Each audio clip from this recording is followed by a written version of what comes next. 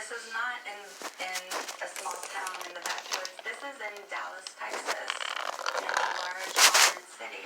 Actions have consequences, and I hope that there are consequences for his actions. Alex Boyer, Fox News.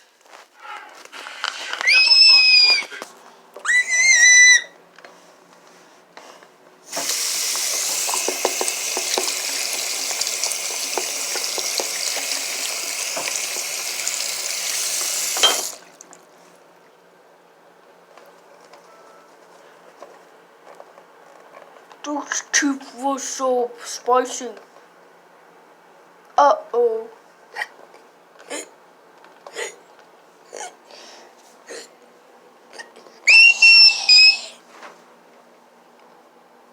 Hey, my hiccups are cured.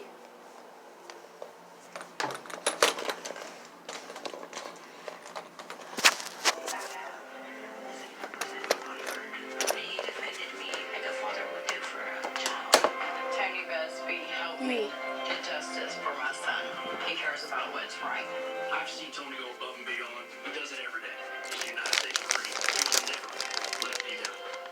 That's what Houston needs right now. Somebody who can be and you in there. Actually, that's my good idea.